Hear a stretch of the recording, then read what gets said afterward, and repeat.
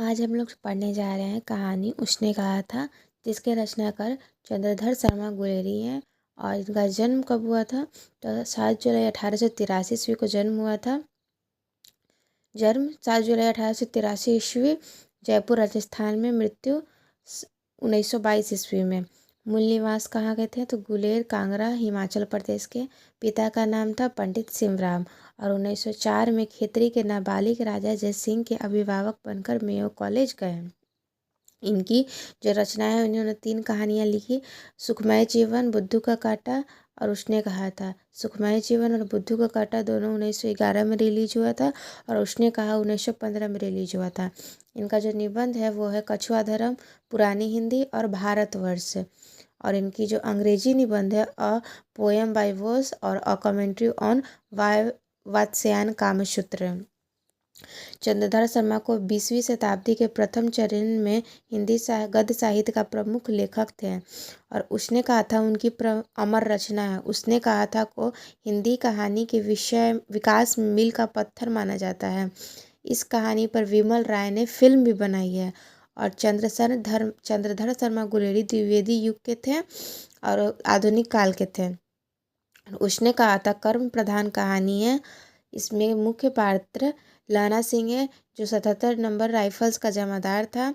हाजरा सिंह सूबेदार था और बोधा सिंह सूबेदार और सूबेदारनी का बेटा था। और कीरत सिंह लाना सिंह का भतीजा था। और वजीरा सिंह लपटन का विदूषक था और लाना सिंह का दोस्त था। और पलटू राम क्या था? तो डाक बाबू था। कहानी की जो शुरुआत होती है अमृतसर के बाजार से होती है। उसने कहा था 5 भागों में प्रकाशित है, जिसमें 3 में युद्ध की चर्चा की गई है। कहाँ? प्रथम विश्व युद्ध में। और इसमें इंग्लैंड और जर्मनी के युद्ध हो रहा था। और लड़का कितने वर्ष का था? तो 12 वर्ष का था। और लड़की भी 12 वर्ष की थी। दोनों मामा के यहाँ रहते थे। लड़का रहता था मांझे में और लड़की रहती थी मगड़े में। और लड़का जो है ना, वो लड़के से पूछता था कि तेरी कुरमाई हो गई है क्या? तो लड़की धत करके बाहर चल जाती थी। और वैष्णव से टकराकर लड़के ने अंधे की उपाधि पाई थी। कहानी का दूसरा जो भाग होता है वह 25 वर्ष बाद प्रथम विश्व युद्ध इंग्लैंड तथा जर्मनी के बीच होता है। और लाना सिंह इंग्लैंड की तरफ से लड़ रहा था।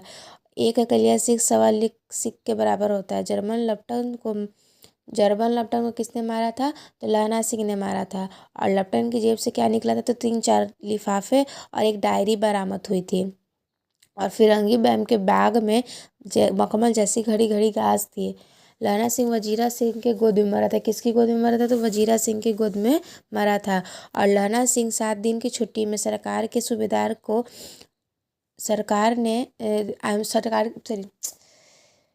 लाना सिंह 7 दिन की छुट्टी में घर आया था।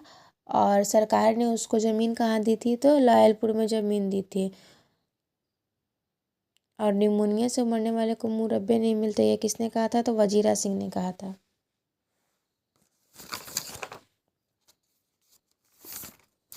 हम लोग क्वेश्चन आंसर और सारांश और देखते हैं। पहला क्वेश्चन है, फिरंगी मेम के बाग में क्या क्या था? तो फिरंगी मेम के बाग में हरी हरी घास थी मखमल जैसी। लपटन साहब की जेब से क्या बरामद हुआ था? तो लपटन साहब की जेब से 3-4 लिफाफे और एक डायरी बरामद हुई थी। तीसरा और सबसे इम्पॉर्टेंट और गेस्ट क्वेश्चन है, लाना सिंह का चरित्र चित्रण करें।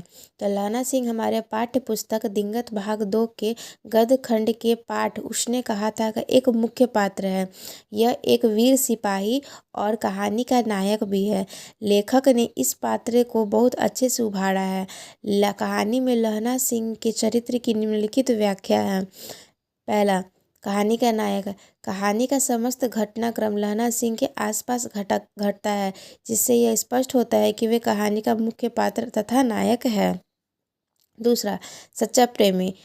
लाना सिंह एक सच्चा प्रेमी है। बचपन में उसके हृदय में एक अनजान भावना ने जन्म लिया था, जो प्रेम था। यद्यपि उसे अपना प्रेम न मिला, लेकिन फिर भी उसने अपनी सच्चाई से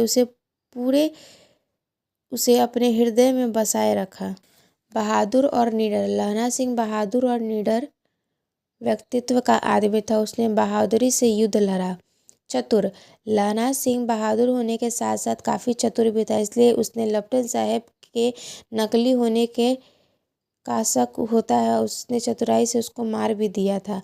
और वचन पालक सूबेदारनी ने लहना सिंह को अपने पति और बेटी की रक्षा करने के लिए बात कही थी, लेकिन लहना सिंह ने उस वचन को निभाने के लिए अपने प्राण भी न्यौछावर कर दिए।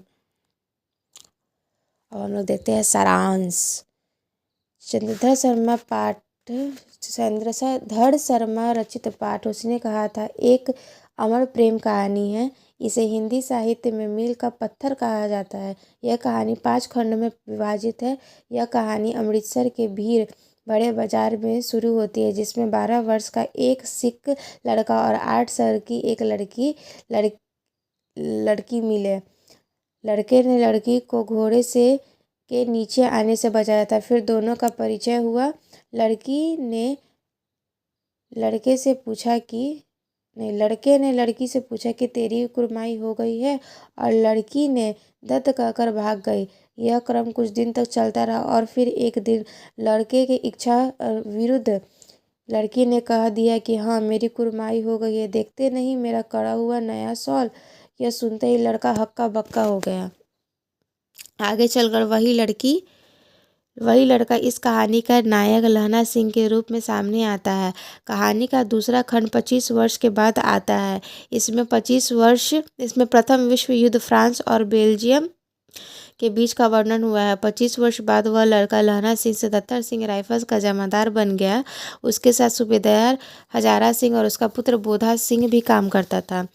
एक केस के पैरवी के लिए लहना सिंह घर आने लगा तो हजारा सिंह भी साथ चल दिया। लौटते समय हजारा सिंह ने लहना सिंह को अपने घर आने को कहा। लहना सिंह जब उसके घर गया तो वो अचंभित हो गया। बचपन की प्रेमिका को आज सूबेदारनी के रूप में देखा। दोनों ने एक दूसरे को देखा, पहचानने में देर भी नहीं हुई। विदा लेते समय सूबेदारनी ने लहना सिंह से अपने पति हाजरा सिंह और अपने पुत्र बोधा सिंह के रक्षा के लिए आंचल फैला दिया। प्रेमिका की इच्छा लहना सिंह के जीवन का उद्देश्य बन गया। बोधा के बीमार रहने पर भी वह कड़ाके की ठंड पड़ने पर भी वह अपना वस्त्र उसे देकर सुलाते थे एवं बोधा सिंह की जगह खुद ही ड्यूटी करता।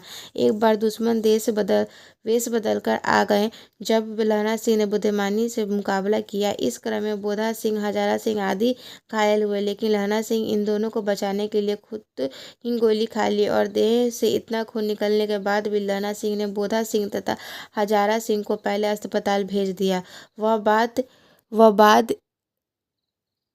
वह बाद की गाड़ी के आने के इंतजार में छटपटाता रहा और अधिक खून निकल जाने की वजह से अपनी जान गंवा दी। मरने से पहले उन्होंने कहा था कि सूबेदारनी से कह देना कि उसने कहा था वह हो गया। इस प्रकार यह अमर प्रेम कहानी बन गई। और ये भी एक गेस क्वेश्चन है कि इसका व्याख्या करने के लिए मृत्यु के समय कुछ पहले स्मृति साफ हो जाती है, जन्म की तो इसका आंसर अगर प्रस्तुत पंक्ति चंद्रधर शर्मा रचित पाठ उसने कहा था से लिया गया है। इस पंक्ति का आशय बहुत ही भावुक है। युद्ध अर्थात लड़ाई खत्म होने के बाद जब लहना सिंह घायल पड़ा हुआ था तो लहना सिंह को अपने 12 वर्ष की अवस्था की घटना याद आने लगती है।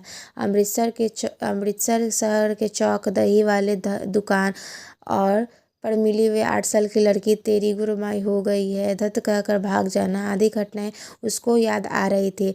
लहना सिंह जब जमादार पद पर नियुक्त हुआ था तब उसी लड़की की याद उन्हें ज़्यादा नहीं आ रही थी, लेकिन जब मृत्यु नज़दीक आने लगती है तो सारी बातें याद बनकर आने लगती है, अर्थात सारे दृश्य साफ साफ दिखने लगते हैं और समय का धुंध बिल्कुल उन पर से हट जाता है।